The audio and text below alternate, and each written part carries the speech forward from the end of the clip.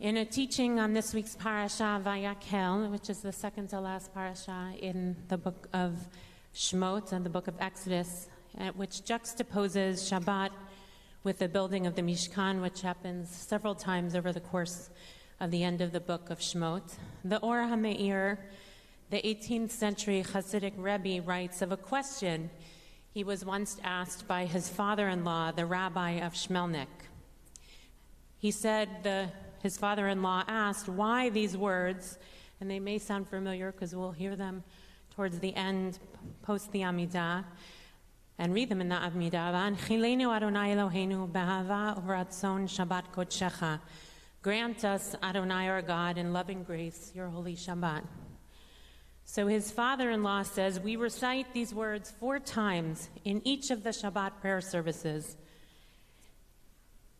Even as the holy day is passing, even as Shabbat is passing away, we are still asking God to grant it to us, the holy Shabbos. He says, we recite Kabbalat Shabbat and Kiddush, Shacharit, Musaf, the Kiddush of Shabbat day, all with this hope that God will continue to grant us Shabbat. And he says, what more is a Jew supposed to do? That we are still asking as the day continues to go forward, grant us your holy Shabbat. Whatever is done, he said.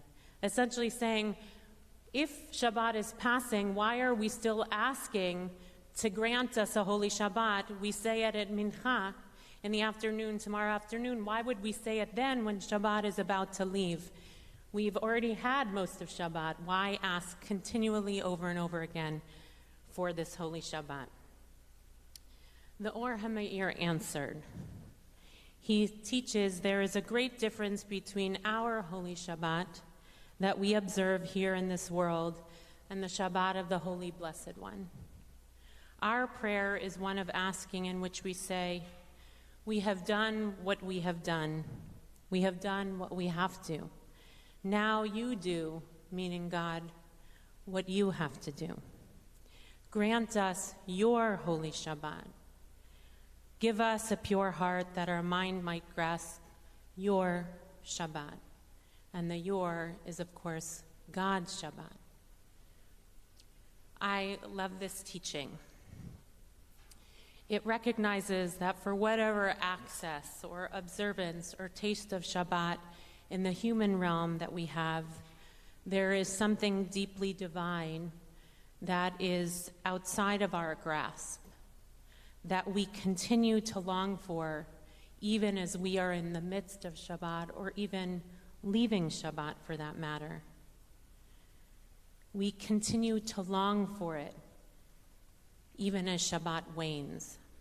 We still pray for receiving the greatest gift of Shabbat, a divine rest, a divine peace, a state of being that is well beyond a confined 24 hours of the Shabbat day. Now this week it would be a great gift to receive the true taste of an earthly Shabbat. We'll take it amidst the fear and heartbreak and outrage of the war in the Ukraine, the fragility of liberal democracy around the globe, and all of the devastation in our world which seems to accumulate week by week. The Ohr HaMeir is also known as Rabbi Ze'ev Wolf of Zhytomyr. Zhytomyr is in northwest Ukraine, a place where our people for centuries have lived and died, suffered and thrived, and beautiful, inspiring Torah has come forth from this land, this country, and the people who are right now under siege.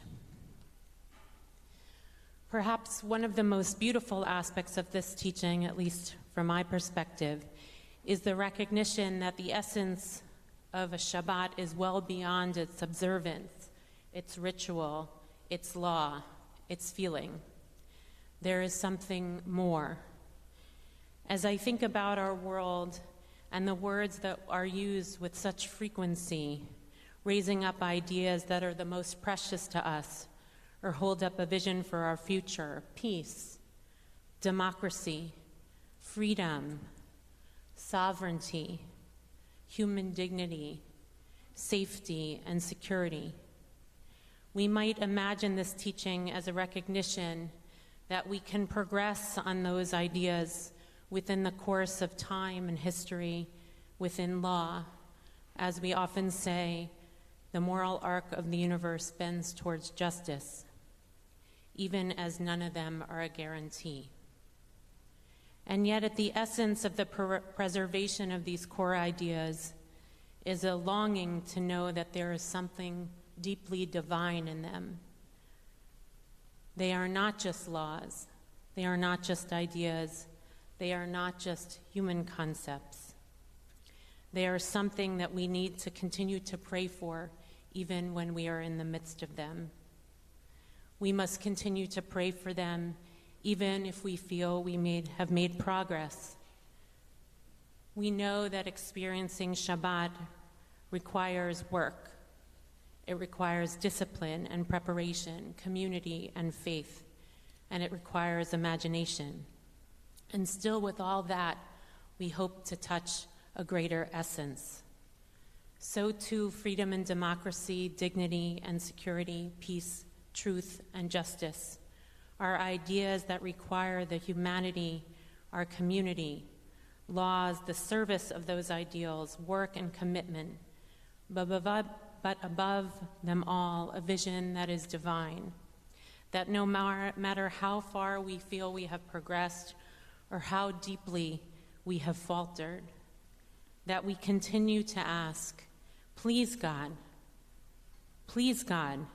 let your vision penetrate our hearts, not only so we can long for your Shabbat, but so we may too fulfill your aspiration and command, V'asu li mikdash v'shachanti b'tocham, that we may make a sanctuary, a holy sanctuary in this world that is fit, more than fit, for you to dwell.